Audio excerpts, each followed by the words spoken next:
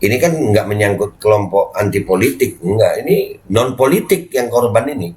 Disinilah gue mengajak semua umat Islam ya untuk bersimpati kepada keluarga Brigadir J dan memberi semangat kepada mereka untuk terus mengawal kasus ini. Dan kita sebagai umat Islam juga berharap kasus ini terbongkar, karena kalau ini terbongkar akan terbongkar semua sampai KM50, insya Allah akan terbongkar. Bismillahirrahmanirrahim, guys. Masih ingat kan Babe Roland nih? Ya, nih gue mau ngajarin. Kalau kalian udah pesan ini buat nemenin minum kopi enak nih. Nah, gue kalau ngonten biasa begini nih. Nah, ini gue ambil yang pisang keju nih ya. Nah, itu ya guys, dibelah jadi dua. Terus celup di kopi. Bismillahirrahmanirrahim.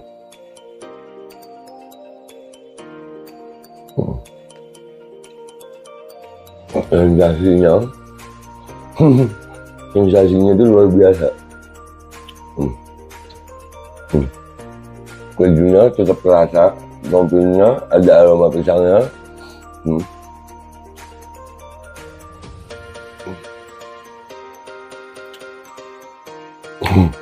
Buruan pesan Babe Roland, nomor WA-nya ada ya, dijamin halal, enak, berkah insya Allah hasilnya untuk perjuangan. Langsung hubungi dah ya, itu gitu aja gitu. Buat nemenin minum kopi.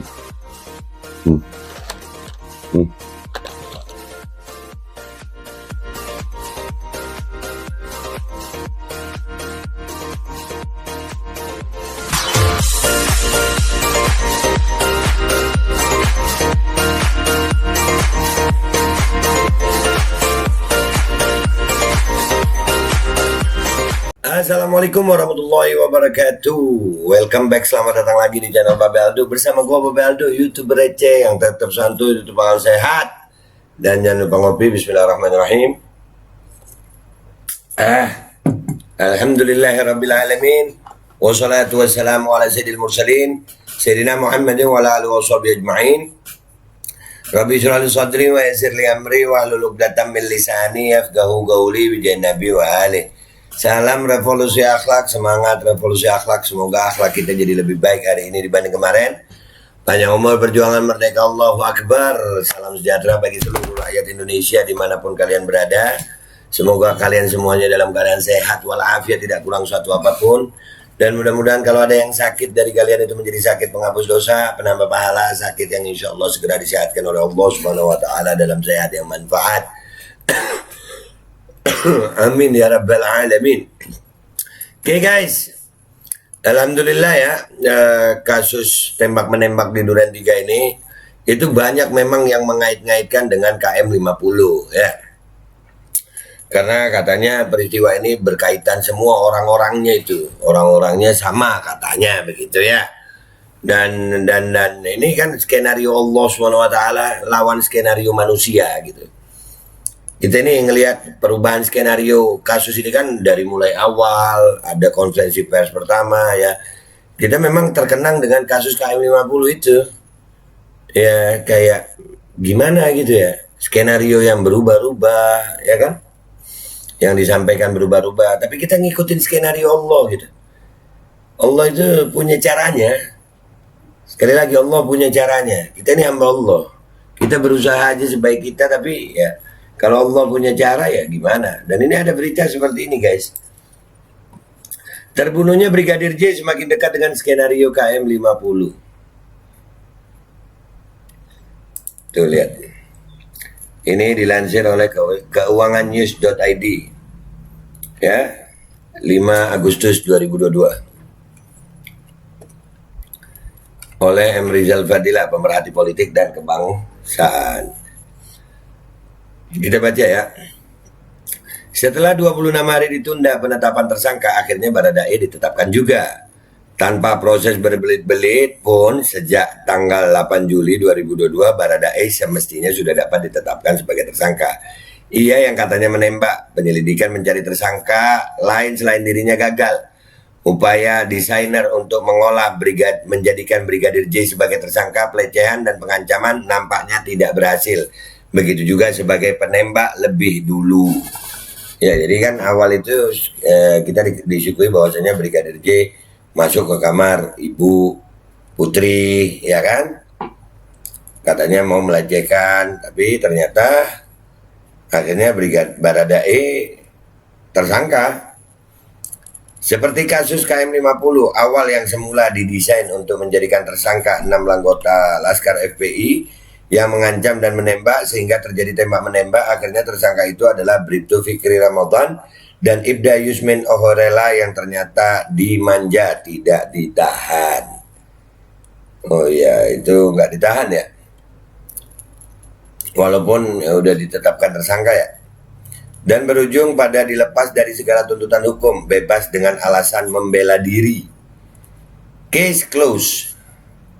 Baradae yang dikawal perwira dan dimanja akan tetap dibawa ke pengadilan dan pengadilan dibuat serius untuk memproses. Hanya jika mengikuti permainan desainer, maka Baradae kemudian akan dilepas dari segala tuntutan hukum karena terpaksa membunuh dalam rangka membela diri, lalu ia pun keluar menghirup udara bebas. Kalau ini terjadi, kasus selesai dan KM50 terulang. Ya, itu kalau skenario ya. Manusia itu kadang-kadang suka membuat skenario gitu. Merasa dengan apa yang kita punya kita bisa mengarang cerita, bisa ini apalagi di zaman informasi media sosial seperti ini, internet seperti ini. Kadang-kadang ada orang pakai fake account merasa bisa lolos, tapi kalian lupa bahwasanya ada Allah gitu. Itu skenario manusia begitu. Tapi kalau Allah punya skenario lain, yang jadi anta turid wa Allah yurid, wallahu yaf'alu ma yurid. Kau punya keinginan, Allah juga punya keinginan. Allah akan menjadikan, mengerjakan apa-apa yang Allah inginkan. Banyak figur jahat tertolong. Sumpah serapah publik termasuk keluarga korban akan menjadi anjing menggonggong dan kasus tetap berlalu. Bagaimana dengan bukti bekas penganiayaan?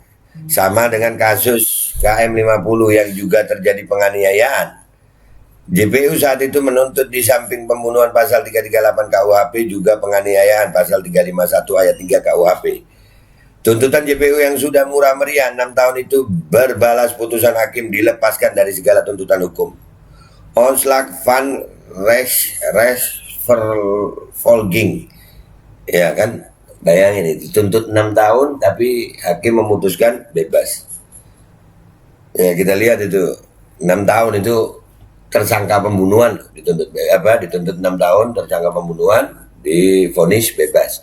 Ini kita juga memperhatikan, ini ada sidang Habib Bahar nih yang juga ada kaitannya dengan membongkar KM50. Dituntut 5 tahun sama jaksa, vonis hakim apa nih? Ini pembunuh aja dituntut 6 tahun, vonisnya bebas. Vonisnya bebas ini yang KM50. Iya. Padahal pasalnya lebih tinggi, pembunuhan dan penganiayaan. Pasal 55 KUHP tentang penyertaan ternyata tumpul untuk petinggi dan tajam bagi rendahan. Ya, para petingginya. Tapi itu kan ini yang sudah terjadi KM50 kemarin. Tapi masalah Brigadir J ini beda. Beda kenapa? Brigadir J ini petugas berseragam. Iya, petugas, orang dekatnya. Orang dekat, ajudan kok katanya. Bukan rakyat biasa. Beda ini, beda. Ini gue masih punya rasa optimis bahwasanya kasus Duren 3 ini akan lebih membongkar gitu.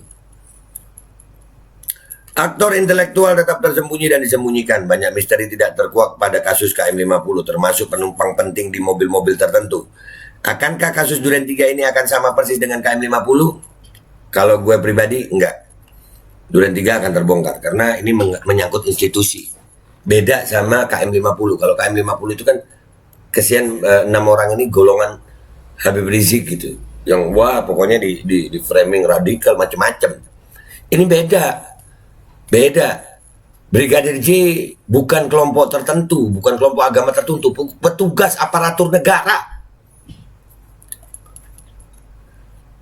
Beda dan bukan dari agama Muslim, bukan yang sering di framing begitu, bukan, beda ini. Inilah yang dikhawatirkan. Bila ini terjadi, maka fungsi dari Divisi Propam Polri dapat dibaca masyarakat bukan untuk memberi sanksi atas anggota Polri yang nakal, tetapi sebaliknya untuk memberi perlindungan kepada anggota Polri yang melakukan kejahatan. Betapa berbahaya jika hal ini memang terjadi. Tapi insya Allah nggak akan terjadi. Gue yakin masih ada polisi-polisi yang bersih ya, yang mau benar-benar gitu. Ya beda kasus Duren 3 sama KM50 itu korbannya beda. Jika kasus Duren 3 diselesaikan dengan sederhana demi melindungi pejabat tertentu, maka hal itu sama saja dengan melawan kepada instruksi Presiden yang katanya dikawal oleh Menko Polhukam. Perintah dibuka dan benar diabaikan. Artinya jika Presiden diam saja dan kelak hanya mengangguk-anggukkan kepala, maka ini berarti telah membuat Presiden menjadi terlibat. Kasus Duren 3 di kediaman Kadif Propam nonaktif Irjen Verdi Sambo adalah kasus kriminal berspektrum luas, dapat berimbas pada aspek lain termasuk politik. KM50 yang terulang kembali, pertanyaannya, adakah keduanya memiliki desainer yang sama? Nah, keduanya bisa memiliki desainer yang sama, bisa iya, bisa tidak. Bisa iya, bisa tidak.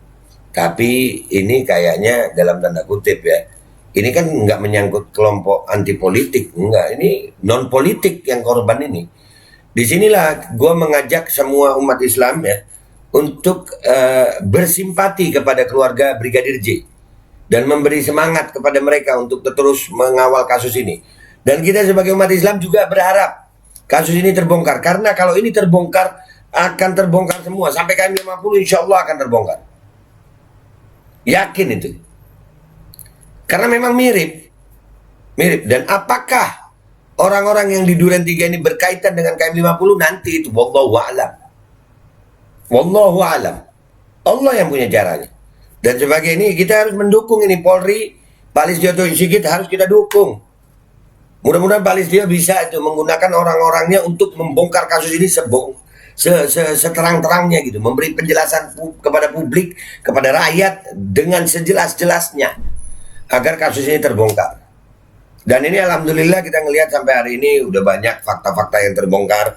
Dan ini insya Allah kita yakin sama-sama Allah punya cara untuk membongkar suatu masalah. Allah punya cara untuk membongkar suatu keburukan. Allah punya caranya sayang. Yakin itu. Yakin kalian, beriman kalian kepada Allah. Orang yang menanam baik pasti mendapatkan kebaikan ke depannya. Orang yang menanam buruk, orang yang menanam keburukan ke depannya akan menerima keburukan. Mungkin waktu melakukan keburukan dulu tidak terdeteksi. Mungkin waktu melakukan kejahatan dulu tidak diketahui. Mungkin waktu melakukan pidana dulu bisa beralibi dengan skenario macam-macam. Tapi ke depannya mungkin Allah akan bongkar yang dulu itu dengan masalah yang baru. Itu aja dari gue minta maaf kalau ada salah. Sampai jumpa di konten-konten gue berikutnya. Insya Allah tetap bisa memberi manfaat. Jangan lupa yang belum subscribe silahkan subscribe. Yang kalau suka silahkan di like. Dan kalau merasa ini manfaat silahkan di share. Gue Bapak Aldo minta maaf kalau ada salah. Wabillahi taufiq wal hidayah. Wassalamualaikum warahmatullahi wabarakatuh. Semangat Indonesia. Tenang aja. Allah punya caranya. Allah punya caranya untuk membongkar segala sesuatu. Assalamualaikum warahmatullahi wabarakatuh. Ini nggak usah lama-lama buat seluruh rakyat Indonesia. Alhamdulillah Majelis Penderitaan Rakyat dengan kekuatan yang ada sekarang sudah sampai di sidang PT UN. Dan kita masih banyak yang akan kita gugat lagi tentang masalah mandatori vaksin. Jujur aja kami kesulitan untuk dana untuk operasional. Ya, dengan segala kerendahan hati kami mengajak semua rakyat Indonesia yang mau. Sekali lagi yang mau, gak ada paksaan untuk yang tidak mau. Nih ada meme-nya atau flyernya atau apa namanya. Lu catet deh, ayo sama-sama kita berjuang untuk stop mandatori vaksin. Dah, gitu aja, gua tunggu partisipasi kalian semuanya. Gua nggak mau meminta pada lembaga tertentu, gua nggak mau minta pada partai tertentu, karena ini perjuangan untuk rakyat Indonesia. Gua nggak berafiliasi dengan kelompok tertentu, gua nggak berafiliasi dengan partai tertentu, karena gua rakyat Indonesia yang untuk rakyat Indonesia. Kapan lagi kita berjuang dari rakyat untuk rakyat demi rakyat? Merdeka, Allahu Akbar.